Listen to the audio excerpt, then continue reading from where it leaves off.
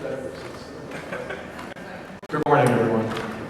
My name is Niel DePonte. I am the Executive Artistic Director of MetroArts Inc.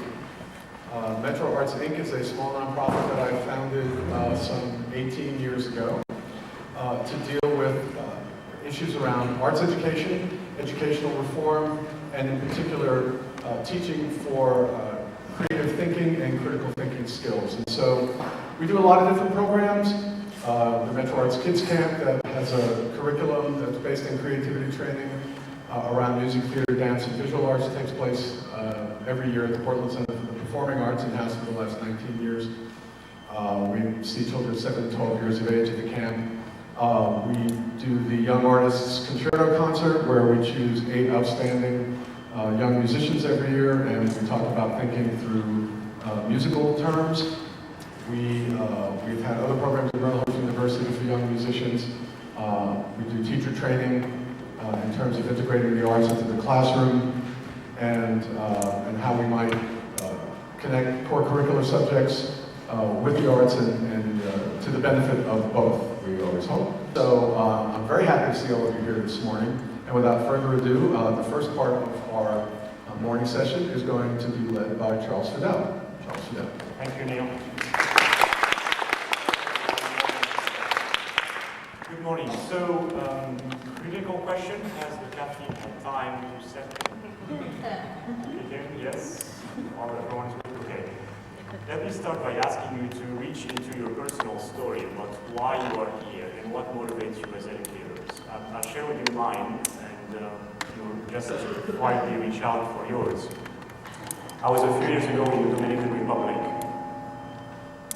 and I met this little girl that took us, to see a model school. They took us to a model school that had computers in a container, literally, or a shipping container, 2 rows, and the kids had been brought in, especially because we were there. Otherwise, they never get into the container. But that aside, there was this lovely little girl, black girl, and I was accompanied by a lawyer who represented, the organization that was sponsoring all this. And the economic disparities in poor countries, right? So here's this lawyer, typically fairer skin, blue eyes, extremely well dressed, Chanel and Gucci end to end. And this little black girl, and she looks at her and she says something in Spanish. I don't speak Spanish. I ask her to translate, and kind of sheepishly she translates, "God bless your blue eyes." And this is where it struck me, that this little 10-year-old girl understood that young that her chances were severely truncated because of the way she looked and the opportunities that were bestowed upon her or not. So she's one of those that I dedicated the book to, and that's really what brings me here. I understand in a visceral way the importance of education, how it can help people get all the chances possible in life. And that's something that really motivates, I'm sure, a lot of us. So I'll give you 15 seconds to reach inside and pull out your personal story before we continue.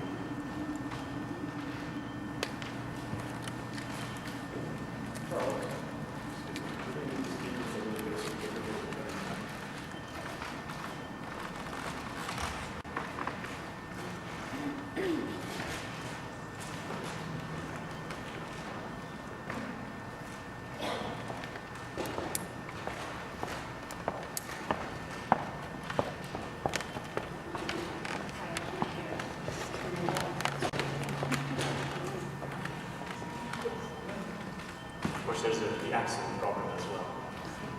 Sorry. I'm talking usually Italian with women, but not this time. A little bit further back, so be behind the speakers, and we can feedback. Okay, great. All right.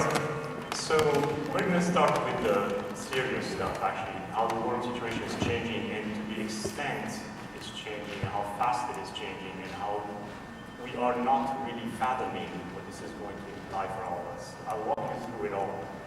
And you'll see it's a sobering situation. That's why I'm calling it in exponential times, because we're really seeing a very, very rapid geometric progression of technology, and it's having an enormous impact on labor markets and our chances of our children. So,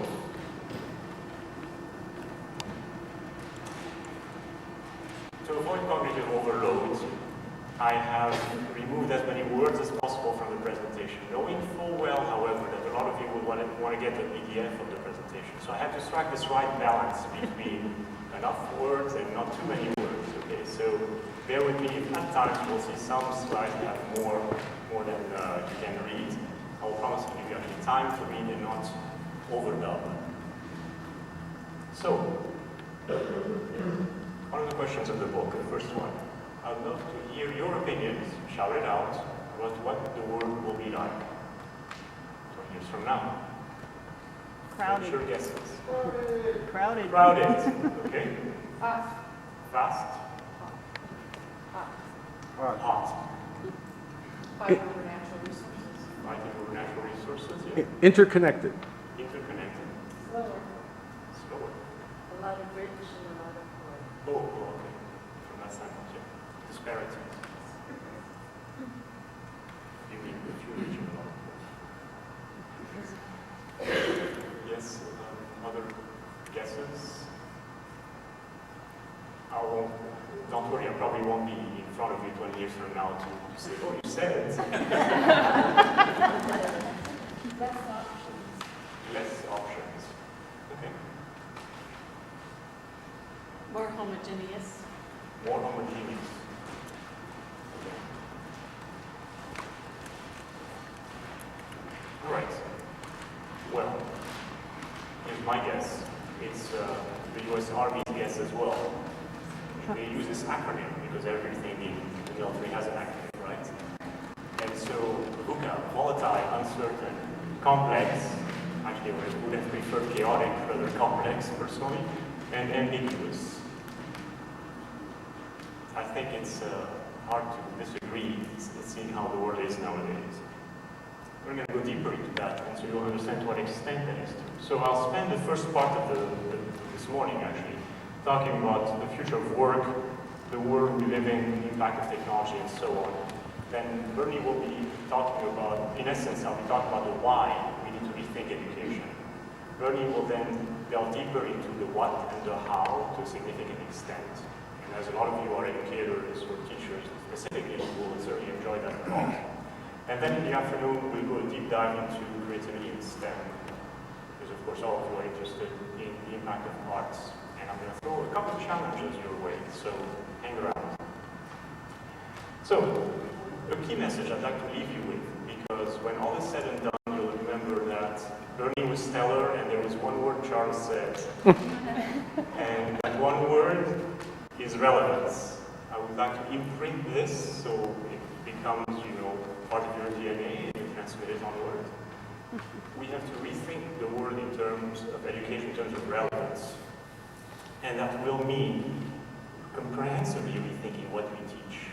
So skills, knowledge, and character, and how we teach, project-based, and how we view technology under those circumstances. Okay? So by the end of the day, there will be a quiz, and you have to remember one word. Should be doable. We all know that the benefits of learning are multifold.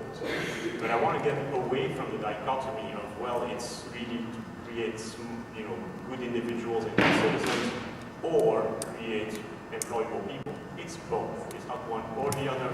Let's move away from that whole debate. It's a false dichotomy to begin with. We've all been, raised through our education systems to be capable of doing both. So there's nothing wrong with that. I will focus the first part of the presentation on these two aspects, and then by the second part of my presentation earlier on this morning, I'll go then into the social imperative, because by then you will start also feeling, well, what about the social imperative? And you'll see, I believe in that just as much as you do. We know that we are transitioning into a world that's very global. The good news about it is that governments the world over are starting to pay attention to education, because it's linked to productivity. So whereas before politicians could afford to say, yeah, I'm in the education so-and-so, nowadays they have to be. It's no longer just a campaign slogan, it's an economic imperative. And nothing focuses the minds more than people demonstrating in the streets. So we're at this historical point where we're seeing a challenge unequaled in human history. Never in the history of humankind, have we seen this many people be available in the job market all at once as a proportion of the total. This is a massive disruption. For those of us old enough to remember the 80s, I wasn't born, but some of you were.